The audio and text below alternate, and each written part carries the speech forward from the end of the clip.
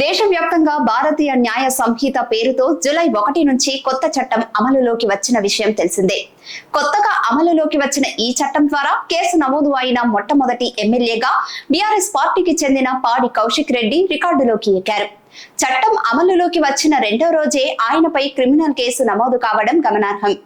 కౌశిక్ రెడ్డి తమ విధులకు ఆటంకం కలిగించారని కరీంనగర్ జిల్లా పరిషత్ అధికారులు పోలీసులకు ఫిర్యాదు చేయటంతో ఆయనపై బిఎన్ఎస్ లోని సెక్షన్ 122, 126(2) కింద క్రిమినల్ కేసు నమోదు చేశారు. వివరాల్లోకి వెళితే కరీంనగర్ జిల్లా పరిషత్ సమావేశంలో జెడ్పీ సర్వసభ్య సమావేశానికి హాజరైన హుజురాబాద్ ఎమ్మెల్యే పాడి కౌశిక్ రెడ్డి కరీంనగర్ జిల్లా విద్యాధికారిని సస్పెండ్ చేయాలని డిమాండ్ చేశారు.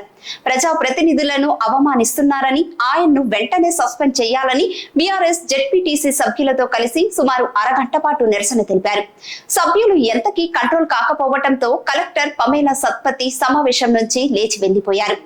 అయితే కలెక్టర్ వెళ్లిపోతున్న సమయంలో ఆమెను అడ్డుకున్న కౌశిక్ రెడ్డి దళిత బంధు అంశంతో పాటు డీఈఓ అంశంపై సమాధానం చెప్పాలని డిమాండ్ చేశారు. కలెక్టర్ బయటకు వెళ్లకుండా అడ్డుకోవడానికి మెట్లపై బైఠాయించారు. పోలీసులు అధికారులు వారించినా వినిపించుకోలేదు.